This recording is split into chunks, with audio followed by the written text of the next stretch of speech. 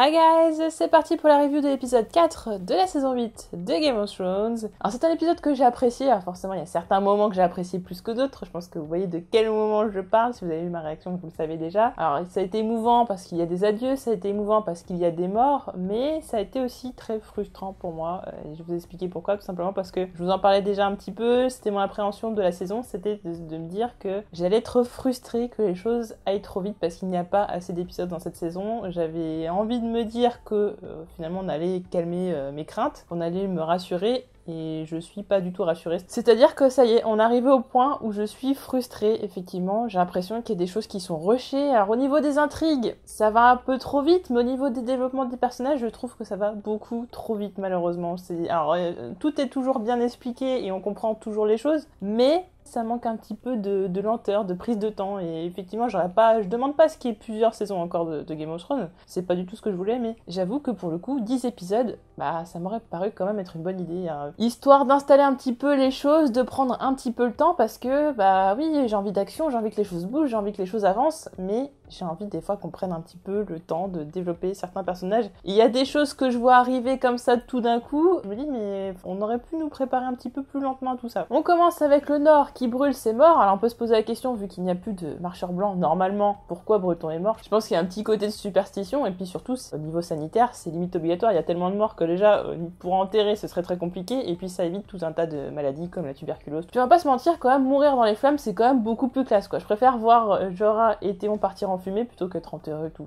C'est d'un banal comme possible. Mais à la limite j'avoue que j'aurais préféré que ce soit les dragons quand même qui enflamment tous les morts, ça aurait pu être quand même assez cool. Après la tristesse vient donc le moment des réjouissances. Alors c'est vrai que ça fait un petit peu bizarre parce qu'on passe du moment où tout le monde est en train de chialer à tout le monde en train de picoler, faire la fête et pécho en masse, et c'est un peu déroutant sur le moment, mais en même temps on comprend parce que je me suis dit mais à quel moment ils vont un peu être contents de ce qui s'est passé, parce que c'est quand même une énorme victoire. Étonnamment je m'attendais à ce qu'on parle beaucoup plus d'Arya, je m'attendais en fait à ce que tout le monde fasse une énorme ovation à Arya. Alors effectivement ça en parle 2 secondes, c'est Daenerys qui fait vive Arya, et puis voilà, merci, au revoir, alors que c'est quand même elle qui a sauvé tout le monde. On se dit je sais pas, un peu plus de reconnaissance. En fait je m'attendais à ce qu'il l'embête beaucoup par rapport à ça, et qu'elle est très humble, elle est très discrète, elle a pas envie qu'on l'embête avec ça, et je la voyais bien dire non mais bon voilà, vous avez pas besoin d'en faire tout un cinéma, quelque chose comme ça. D'ailleurs c'est pour ça que finalement elle se cache et que Gendry va la chercher, mais je m'attendais à ce qu'elle soit sur place et que ça la saoule, et que du coup là on la voit s'en aller. Arya n'assistera pas à ce grand honneur qui est le fait que Gendry va devenir Lord d'Academy. Il sera également reconnu comme Lord Baratheon, ne sera donc plus un bâtard. Le problème c'est que Daenerys n'est pas officiellement la reine, et du coup j'ai envie de me dire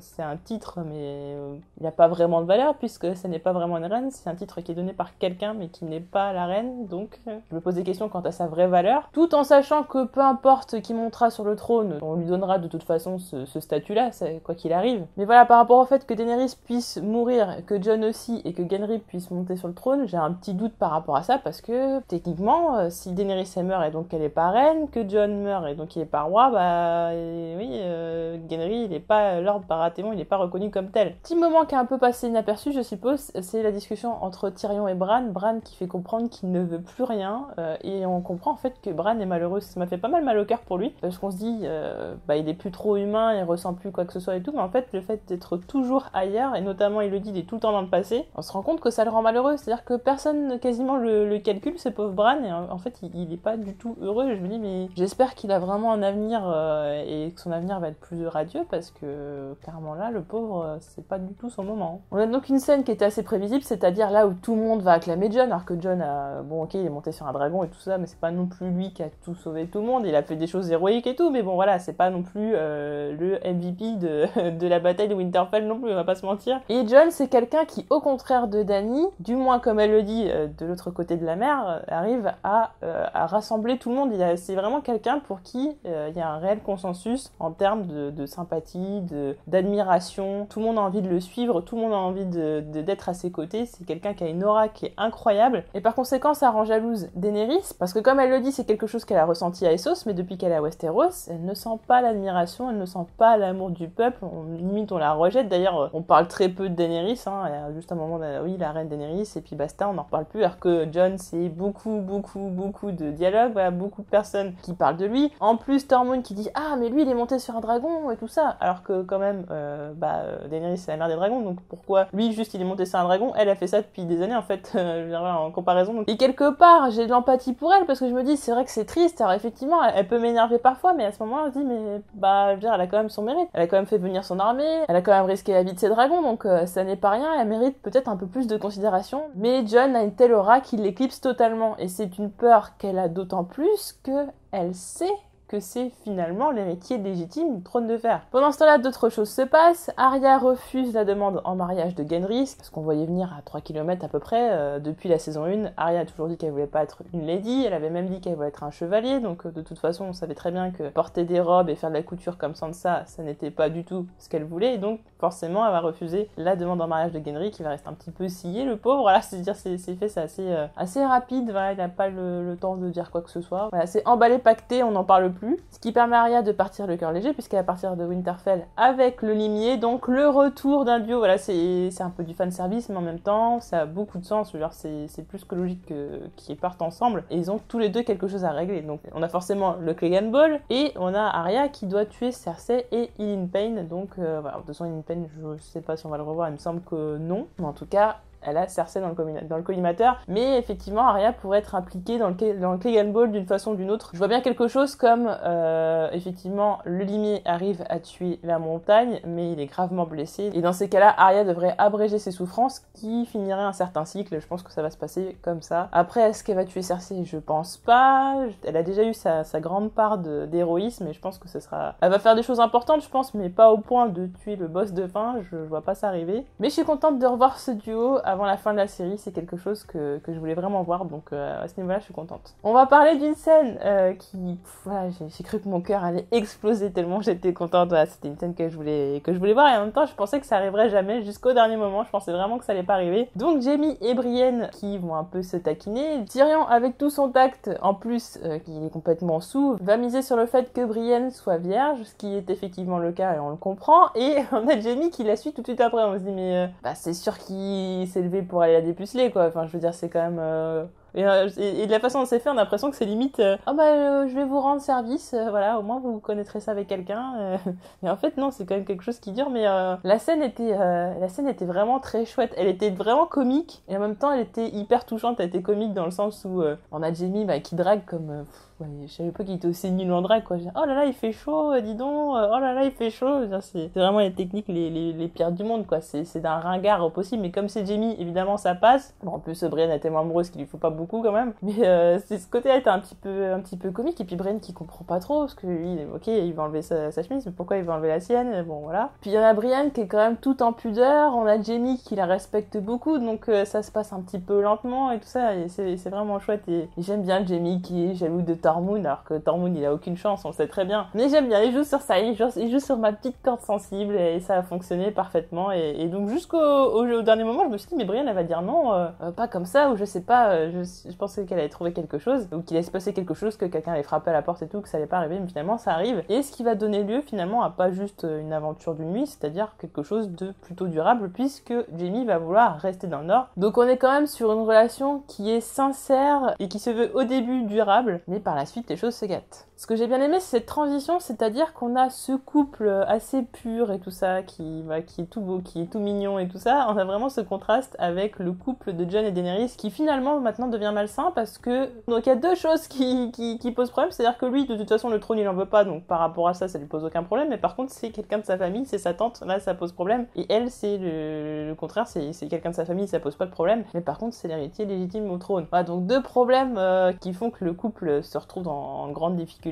Et on voit encore une Daenerys qui déjà est jalouse de Jon, en plus lui fait savoir, enfin faut avoir quand même du courage pour dire à quelqu'un notamment à la personne qu'on aime, qu'on est jalouse d'elle, c'est quand même assez spécial. Il arrive ce moment où elle a l'impression vraiment de tout perdre, parce qu'elle a perdu une grosse partie des Dothraki, elle avait déjà perdu un dragon, elle a perdu Jorah, ça commence à faire beaucoup si en plus Jon s'éloigne d'elle petit à petit et potentiellement peut prendre ce qu'elle a toujours rêvé d'avoir, ce qui était normalement son destin, c'est-à-dire de régner sur les 7 couronnes. Et là on voit vraiment pour la première fois, comme elle le dit, la Daenerys totalement désespérée qui en vient à supplier, alors que c'est quelqu'un qui a un ego qui est énorme, qui ne supplierait jamais personne pour quoi que ce soit, qui a beaucoup de force et tout, et pour la première fois on la sent flancher, on sent qu'elle a plus le choix en fait que de supplier Jon. C'est limite humiliant pour elle, mais elle a plus trop le choix en fait, c'est la dernière chose qu'elle a à faire. Et c'est là où on la trouve très détestable parce qu'elle le supplie de faire un mensonge par omission, c'est-à-dire de ne pas dévoiler ses origines, comme ça personne ne voudra de lui à sa place à elle. C'est quand même assez horrible de dire ça à la personne qu'elle aime, je trouve ça très très limite. Heureusement qu'il ne veut pas le trône parce que s'il le voulait, mais comment ça se serait passé? Eh bien, est-ce qu'elle l'aurait tué? Qu'est-ce qu'elle aurait fait? Je ne sais pas, elle serait retournée contre lui. Et Jon est très énervant parce que Jon c'est le petit toutou de Daenerys, d'ailleurs Varys va le dire par la suite, il est tellement amoureux que de toute façon il ferait n'importe quoi pour elle. Sauf que sa famille ça reste quand même sa famille et il ne se voit pas leur mentir, d'autant plus que Bran est au courant, donc de toute façon même si Bran décidait de le dire, il pourrait pas contrôler quoi que ce soit et voilà, c'est sa famille donc il leur doit quand même la vérité. Daenerys a peur justement que cette aura qu'a Jon fasse en sorte que tout le monde le préférera lui sur le trône plutôt qu'elle, d'autant plus que c'est lui qui est censé le plus être sur le trône qu'elle. Et puis surtout si Sansa c'est ça, et d'ailleurs c'est une vision assez prémonitoire puisque c'est ce qui va se passer, si Sansa c'est ça, il va en découler tout un tas d'événements qui vont être contre elle et qui vont faire en sorte qu'elle n'arrivera jamais sur le trône de fer. Ce que j'ai bien apprécié c'est la phrase de Daenerys qui dit Sansa, après tout ce qu'elle a vécu, tout ce qu'elle a vu, ça n'est plus la même personne avec laquelle tu as grandi, et ça fait un peu écho à son parcours à elle parce que c'est aussi tout son parcours à elle qui a fait d'elle ce qu'elle est. D'ailleurs Sansa fait en fait référence devant le Limir en disant oui mais s'il n'y avait pas eu tout ça je ne serais pas la personne que je suis maintenant. Et il y a effectivement ce parallèle entre ces deux personnages et j'en avais déjà parlé dans une autre vidéo. Du coup Daenerys a conscience que avec tout ce qui s'est passé, Sansa est devenue un personnage très intelligent et je pense que de toute façon elle le sent. Et justement on va en parler par la suite du fait que Sansa c'est vraiment le personnage à surveiller dans les prochains épisodes. S'il y a vraiment un personnage à surveiller ça va être elle et Tyrion. Donc on a le conseil pour se préparer au combat. Daenerys veut frapper fort, très fort. Tyrion essaye donc de calmer ses ardeurs. On propose donc une solution qui est donc de faire en sorte que tout ce qui est vivre n'arrive pas à Port-Réal. Comme ça, ils assiègent Port-Réal et le peuple se retourne contre Cersei qui ne peuvent de toute façon pas blairer. Là encore, Sansa intervient puisqu'elle dit quelque chose qui est quand même très sensé, c'est ils viennent de se battre contre les marcheurs blancs. Ça fait vraiment très peu de temps. Est-ce qu'on laisserait pas un peu se reposer? D'ailleurs, elle parle de cet homme, mais elle parle aussi de tous les hommes, également ceux de Daenerys. Donc elle a vraiment une pensée qui est bienveillante envers les soldats. C'est pas seulement pour la défier, c'est simplement parce que c'est la jugeote tout simplement et parce qu'elle pense au bien-être des soldats. Contrairement à Daenerys qui est aveuglée par la victoire, par le pouvoir, par le trône de fer et qui le convoite par tous les moyens possibles. Même si ça met à mal ses hommes, même si ça peut coûter la vie d'innocents. Et là, c'est le moment où on sent que la Mad Queen, elle va pas tarder à arriver. On sent que la fratrie Stark n'est pas très fan de Daenerys. Jon va devoir avouer alors son secret et on sait très bien que Sansa va le répéter à tout le monde, du moins à certains personnages. C'était sûr. Moi je pensais vraiment qu'elle allait croiser les doigts derrière le dos et dire oui je le jure bien sûr. Voilà, on n'y croit pas une seule seconde qu'elle va garder le secret. Je veux dire ça n'est pas du tout dans son intérêt. Elle va donc le répéter à Tyrion qui va ensuite le répéter à Varys et les conséquences vont être en effet un effet domino comme en avait peur justement Daenerys. Qu'elle avait peur va donc se produire qui amène donc à Varys va-t-il tuer Daenerys ou pas. On a le retour de Bronn, donc je m'attendais à son retour dans cet épisode. Il m'a bien saoulé. Franchement, je m'attendais à ce qu'il soit beaucoup plus rigolo. Il a toujours des dialogues qui sont drôles, mais je sais pas. Je m'attendais à le retrouver à nouveau sympathique et en fait, il m'a bien énervé plus qu'autre chose. On savait qu'il était opportuniste, mais c'était un opportuniste gentil. Là, son côté sombre, voilà. Et c'est là qu'on se rappelle quand même que c'est une grosse crapule. Par contre, quelque chose qui m'a marqué, c'est que Jaime n'est pas plus étonné, n'est pas plus ému du fait que Bronn lui apprend que sa sœur veuille le tuer. Voilà, il n'est pas plus étonné que ça, alors que quand même on se rappelle que quand il était parti de Port-Réal, quand Cersei fait signe à la montagne de le tuer, il dit j'y crois pas, en gros tu me tueras pas, c'est pas possible, et puis maintenant finalement il apprend que Bronn a été payé pour le tuer. Mais ça ne l'étonne pas plus que ça, il est pas plus ému que ça le dérange pas plus que ça, on se dit qu'il a vraiment tourné la page. On va parler d'un truc qui m'a énervé, ce sont les adieux. Alors les adieux de Tormund, Jon, c'était émouvant et tout, et on se rend compte que Jon finalement retournerait bien au nord du mur, qui s'y plaisait finalement pas si mal. On a les adieux de Jon et de Sam que j'ai pas trouvé plus émouvant que ça, un petit peu, je sais pas, il manquait d'un petit quelque chose, mais alors par contre, truc que je m'attendais pas, c'est à quel moment Jon il dit à Tormund de garder Ghost en fait, que Ghost il a rien à faire là, qu'il retourne dans le mur. Alors ok d'accord, qu'il aille dans le nord, Ghost pas de soucis, mais enfin à quel moment il reste pas avec lui, je veux dire, on l'a si peu vu, au moins exploitez-le à un moment donné quoi. Franchement ça a été, je pense que vous l'avez vu, c'est le vrai gros moment où j'ai été émue, ouais, j'avais les larmes aux yeux. Après dans le reste de l'épisode effectivement il y a des morts. Bon j'étais triste mais ça m'a pas non plus affecté de folie, peut-être un peu régal quand même. Mais Ghost c'était PLS quoi, j'étais pas bien quoi, c'était pas admissible du tout quoi, même pas un câlin, pas un bisou, juste un signe de tête et l'autre il est en train de gémir comme ça, moi je suis triste et lui il fait genre merci d'être passé. On sait que vous avez pas de budget mais c'est des petits trucs comme ça où je me dis voilà, le budget c'est chiant de penser budget quand on regarde une série. Enfin je veux dire, j'ai pas envie de regarder une série et de me dire ah bah là ils ont pas fait ça parce qu'il manquait de budget, ah bah ils ont pas fait ça parce qu'il manquait de budget, ils ont pas fait plus d'épisodes parce qu'il manquait de budget. Ça me pose problème ce genre de petits détails. Bah c'était quand même un duo iconique quoi, je veux dire, au tout début de la série quoi, Ghost et Jon quoi, c'était un sacré délire. Et même quand Jon est revenu à la vie, Ghost était à ses côtés, tout ça, enfin il a défendu, enfin il y a quand même tout un tas de trucs quoi. Au revoir comme ça, un petit signe de tête, même pas il vient lui dire au revoir quoi, c'est juste il dit à Tormund bah prends-le, même pas il va dire au revoir Ghost, rien du tout, il a le droit à rien. Autant dire que mon côté Brigitte Bardot, il a pris un petit peu cher sur ce coup-là, j'étais pas bien. Et donc on a un time jump de malade. Alors, time jump en soi, ça me pose pas de problème, hein, comme je vous disais. Vraiment en termes de développement des personnages, et peut-être aussi par rapport à quelques intrigues que j'ai un peu de mal, voilà, que je trouve un petit peu rushé, mais par contre les gros time jump comme ça, ok, elle était à Winterfell, ok, elle se retrouve face à King's Landing, c'est pas un problème pour moi. Et donc on a une Daenerys qui, toute souriante, part au combat avec sur Drogon, avec à côté Rhaegal. Donc on a la musique, le thème des dragons et tout ça, et puis bim, tout d'un coup la musique s'arrête, on a Rhaegal qui se fait tuer par Euron et sa baliste. Déjà le mec il tire beaucoup mieux que Bronn semble-t-il. Mais en fait c'était très bizarre parce que il y avait ce côté, j'étais choquée, et il y a ce côté en fait la musique qui s'arrête comme ça faisait un espèce d'effet comique en fait, c'était très bizarre pour moi à ce moment-là, je pense que c'est pour ça que je fais une tête très bizarre je pense. Mais c'est ce côté un peu, vous savez les bruitages de scratch en fait, on vous met la musique et puis tout d'un coup il y a un bruitage de scratch et puis la musique s'arrête et en fait c'est passé un truc complètement délirant qui a cassé l'ambiance. Bah c'était un peu ça quoi, du coup j'étais choquée, en même temps je me disais c'est un peu comique comme effet, c'était très bizarre. Bon, n'empêche que j'ai quand même été très attristée de la mort de Rhaegal, même plus que Missandei, je suis désolée mais Missandei j'étais pas particulièrement, j'aimais bien mais vite fait quoi, sans plus. Et donc on sent que Daenerys peut faire quelque chose de totalement stupide, c'est-à-dire foncer sur les bateaux de Euron Greyjoy et mourir à coup sûr parce que tous les bateaux sont équipés d'une baliste. Il n'y a pas d'ailleurs que les bateaux, il y a même les remparts de King's Landing qui sont équipés de balistes. Donc autant dire que approcher avec un dragon c'est très compliqué là. Chose qui n'est pas étonnante, c'est que ces fameuses balistes servent aussi à détruire des bateaux. Donc ouais, autant maintenant il y a un dragon en moins, en plus la flotte voilà, donc ça commence à être très problématique. Donc défaite cuisante avant même d'avoir pu faire quoi que ce soit, avant même d'avoir effleuré le cheveu d'un soldat de Euron ou de la compagnie dorée ou quoi que ce soit, c'est déjà une défaite cuisante, donc ça part déjà très mal. Et un peu remake de ce qui s'est passé dans la saison 7, c'est défaite cuisante de Daenerys, et donc au grand mot, les grands remèdes, maintenant je vous ai écouté les gars, j'ai écouté mes conseillers, mais je vais tout faire brûler. Et c'est là qu'on se dit mais Cersei est vraiment trop puissante tout le temps, c'est-à-dire qu'elle sait très bien que le peuple la déteste, mais elle a quand même réussi par le biais de Qyburn à faire croire que Daenerys était l'envahisseur et qu'elle voulait du mal à la population, et donc on fait croire que Cersei veut protéger la population, sauf qu'en fait elle met la population en première ligne, c'est-à-dire que si Daenerys veut la choper, elle va devoir tuer tout un tas d'innocents avant, donc en fait ils sont reconnaissants d'un truc alors qu'en fait elle les envoie droit au suicide si jamais Daenerys pète un câble. C'est habilement fait parce que justement elle a déjà prévu cette possibilité que le peuple puisse se retourner contre elle parce qu'elle sait très bien que le peuple la déteste. Donc ouais, elle a déjà empêché plusieurs problèmes, c'est-à-dire les dragons, effectivement la flotte, puis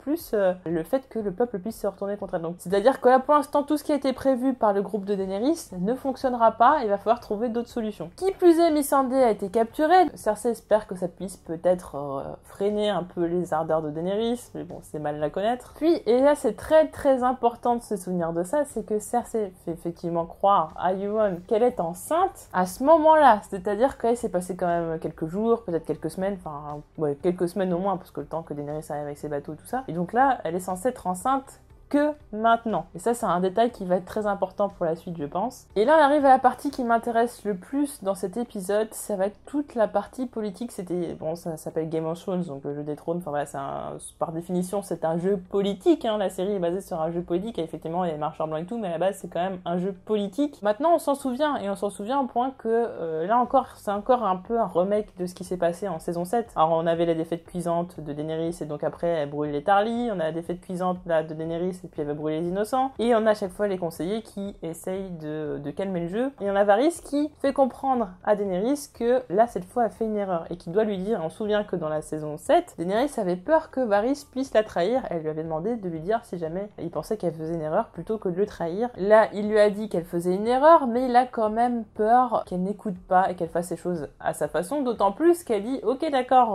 on va emmener délégation pour proposer une reddition à Cersei, mais je sais très bien qu'elle va pas accepter. Dans ces cas-là, le peuple saura à quoi s'en tenir et saura que ça a été de sa faute. Donc là, on comprend que dans tous les cas, elle va finir par brûler des innocents, et ça, Varys en est pleinement conscient, et donc il a fait savoir à Daenerys qu'elle avait tort, elle ne l'écoute pas, et donc la seule solution maintenant, ça va être de l'éliminer. D'autant plus que, comme par hasard, et ça, les choses sont vraiment bien faites, hein, qu'il y a un autre prétendant au trône, et qu'il est meilleur prétendant au trône, qu'il est l'héritier légitime. Donc là, pour Varys, il n'y a plus trop de questions à se poser. Et surtout, j'aime bien cette idée du fait que Jon soit plus intéressant comme roi, parce que justement, il veut pas être roi. Et Tyrion qui se voile encore la face, on sent que les arguments de Varys, il les comprend très bien, et même il les valide, hein, ça se voit très bien, il essaie de trouver des espèces de faux arguments. C'est ça que j'ai vraiment eu l'impression, c'est qu'il essaie de trouver des façons de contrer ça, en fait. Il veut vraiment pas arriver à ce que Varys tue Daenerys d'une façon ou d'une autre, parce qu'on sait très bien que Varys pourrait tuer Daenerys sans même avoir à se tailler les mains, qu'il pourrait trouver quelqu'un pour le faire d'une façon ou d'une autre, et du coup Tyrion essaie de tout faire pour que ça n'arrive pas, sauf que la fin de l'épisode fait comprendre que quoi qu'il fera, rien ne marchera. Que Daenerys n'a plus de limite et que donc rien ne l'empêchera de tuer des innocents pour arriver à son but. D'ailleurs, ce que j'aime bien, c'est que Varys fait comprendre quand même que Daenerys a la rhétorique quand même des tyrans, et notamment, c'est pas la descendante non plus de n'importe qui. Donc il y a beaucoup d'inquiétudes par rapport à ça, et je pense que Varys préfère prévenir que guérir, parce qu'une fois qu'elle est sur le trône, après c'est trop tard. Personnellement, je trouvais que c'était un non-sens que Cersei ne tue pas Daenerys et toute sa clique, parce que franchement, là, elle avait l'avantage, je veux dire, elle éliminait tout le monde, et elle était tranquille, il n'y avait plus aucun souci. Là, elle a clairement l'avantage, elle l'utilise pas, elle préfère faire souffrir Daenerys, d'accord, ok, ça se comprend, mais c'est quand même prendre beaucoup de risques, alors qu'elle pouvait très bien en terminer tout de suite. Tyrion qui va finalement essayer de parler à sa sœur, la prendre par les sentiments en parlant de son bébé, et ça, c'est un moment qui est hyper important. C'est le fait que Cersei ait fait comprendre à Euron qu'elle était tombée enceinte de lui. Alors comment peut-il expliquer que Tyrion soit au courant de sa grossesse? Et ça veut dire que il était déjà au courant depuis longtemps, donc ça veut dire qu'elle est tombée enceinte avant de connaître Euron. Alors ce qui m'a étonné d'ailleurs, c'est qu'au moment où Tyrion parle du bébé de Cersei, il n'y a aucun focus sur Euron, c'est-à-dire qu'on n'a pas de retour de son impression. En fait, on sait pas du tout ce qu'il a pensé de ce que vient de dire Tyrion. On sait pas s'il s'est posé des questions, mais je suis certaine qu'il a bien pris en note ce qu'a dit Tyrion, qu'il s'est bien rendu compte que Cersei s'est foutue de lui, que ça n'est pas du tout son enfant. Et je pense que ça pourra mener Euron à trahir Cersei, et donc ça sera important pour la fin de la série. C'est-à-dire que là, je pense que les personnages qui vont avoir un gros rôle à jouer dans la suite, ça va être Tyrion, Sansa et Euron. Euron et Sansa sont deux personnages qu'on voit furtivement comme ça, qu'on sait pas trop ce qu'ils peuvent faire, et au final vont être vraiment très importants pour la fin de la série. Je pense que ce sont vraiment les personnages à surveiller, et je mets ma main au feu que Euron finira par trahir Cersei, parce qu'il saura très bien que Cersei s'est fichue de lui. Alors, on s'en doute bien que Cersei allait tuer Missandei, ça c'était pas un scoop, hein. Néanmoins, je pensais que Missandei allait sauter dans le vide avant de se faire tuer par la montagne. Voilà, j'aurais préféré ce genre de fin, c'est-à-dire qu'elle choisisse sa fin elle-même, et elle va prononcer un mot qui est très important, c'est-à-dire Dracarys qui est quand même le mot utilisé pour que les dragons de Daenerys crachent du feu, ce qui peut signifier que Missandei a envie que Daenerys brûle Cersei, très clairement. Donc si elle brûle Cersei, elle va par extension brûler des innocents. Après tout ce qu'elle a perdu, on est clairement en présence de la Mad Queen, et Tyrion se rend bien compte à la fin que rien n'arrêtera Daenerys, et que finalement, sa mort est le seul choix possible pour sauver la situation, pour sauver des innocents. Du côté de Winterfell, Sansa va faire quelque chose de très malin, et sur le moment, j'avais pas pris ça pour quelque chose de fait exprès, mais plus je pense au personnage de Sansa, et plus je me dis qu'elle est vraiment très maligne. C'est-à-dire, effectivement, elle fait exprès déjà de raconter à Tyrion les vraies origines de Jon, pour qu'il puisse se répéter et que c'est un effet boule de neige. Ça, on sent bien que c'est fait exprès. Mais aussi, ce que j'avais pas compris sur le moment, c'est que Sansa fait exprès de dire à Jaime: j'avais hâte de voir la mort de Cersei, mais j'ai l'impression que je la verrai pas. Elle a dit ça avec un petit air malicieux et ça fait réagir Jaime directement. Je pense que Sansa a bien compris que Jaime aimait Brienne, que Jaime avait tourné la page et qu'il pouvait agir, et je pense qu'elle se doute bien qu'en disant ça va faire agir Jaime et que donc il va essayer d'aller tuer Cersei. Et donc là, je tiens vraiment à rétablir le truc parce que j'en ai parlé sur Twitter, voilà, ça m'a pas mal énervé, beaucoup de gens qui disent « Ah bah oui, mais Jaime il ken Brienne et puis après il la jette voilà, pour retourner avec Cersei », mais pas du tout, une seule seconde, jamais, ça n'est pas du tout ce qui s'est passé. Récapitulons les choses. Déjà, Jaime a trahi Cersei une première fois pour aider Brienne à protéger les filles Stark. Ensuite, il est parti de son plein gré, il a quitté Cersei, il a bien annoncé à Brienne qu'il était monté dans le nord pour pouvoir combattre sous ses ordres, et quand Bronn lui apprend que Cersei a demandé de le tuer, bah ça lui fait pas grand chose, donc il a vraiment tourné la page, ça c'est vraiment fini. D'ailleurs, juste après la phrase de Sansa, il fait une tête assez déconcertée, on sent qu'il se dit qu'en fait il est le seul peut-être à pouvoir faire quelque chose, c'est-à-dire le seul à pouvoir arrêter Cersei, à pouvoir arrêter tout ça, parce que quand bien même il penserait pas à l'intérêt général, il sait de toute façon que Cersei ne laissera personne tranquille, et ne laissera pas tranquille, et elle ne laissera pas tranquille Brienne. De toute façon, dans tous les cas, elle ne laissera personne tranquille, ils ne pourront pas vivre heureux, personne ne pourra vivre heureux tant que Cersei sera sur le trône. Donc il se dit qu'il est peut-être la seule personne à pouvoir l'arrêter. Il va donc réfléchir longuement parce qu'il avait choisi, je le rappelle, de rester dans le nord avec Brienne, voilà, il avait décidé de s'installer avec elle, enfin voilà, de rester avec elle. S'il part, c'est parce qu'il pense qu'il n'a pas d'autre choix, d'ailleurs c'est pour ça qu'il cogite beaucoup, voilà, et s'il reste éveillé la nuit, tout ça, c'est qu'il cogite beaucoup, et il décide de partir pendant que Brienne dort, comme ça il n'a pas forcément d'explication à donner, il évite de lui faire trop de la peine ou quoi que ce soit.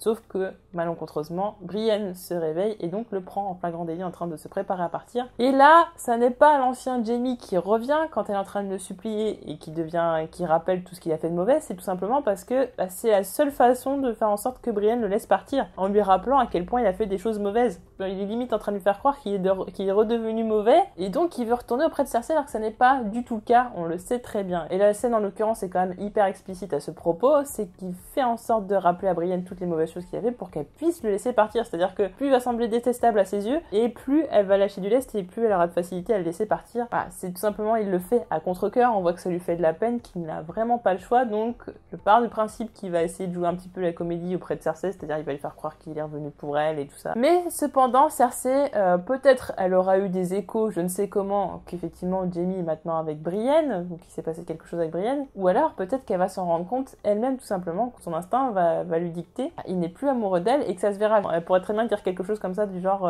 je vois dans ton regard que tu ne m'aimes plus, c'est elle que t'aimes, quelque chose comme ça, je vois bien quelque chose comme ça arriver, et je pense que donc Jaime qui aura essayé de tuer Cersei n'y arrivera pas et mourra. Après j'aimerais bien savoir si on aura une vengeance de Brienne possible, ça peut être quelque chose d'intéressant, je ne sais pas. Ce qui est certain en tout cas c'est que Jaime n'a pas quitté Brienne pour retourner avec Cersei, il l'a quitté pour aller tuer Cersei et c'est tout. Donc il n'y a pas de men are trash, oh là là les hommes c'est tous des dégueulasses, oh ils sont tous des enfoirés, non du tout, voilà, je tenais à le dire, il fallait rétablir le truc. Donc on a Sansa qui a posé ses pièces petit à petit, qui pour moi qui se rapproche vraiment du trône. Alors je verrais bien quelque chose comme Varys va essayer de tuer Daenerys mais va pas y arriver et donc va se faire tuer, et finalement ce serait Tyrion qui serait obligé de le faire. Voilà, ça pourrait être quelque chose, un retournement de situation assez intéressant. J'aurais adoré que ce soit Sansa avec une technique du genre du poison, quelque chose comme ça aurait été vraiment vraiment cool, mais bon, pour l'instant elle est à Winterfell donc je vois pas comment c'est possible, mais en tout cas elle va pas rester à Winterfell. De toute façon Sansa c'est un personnage qui pour l'instant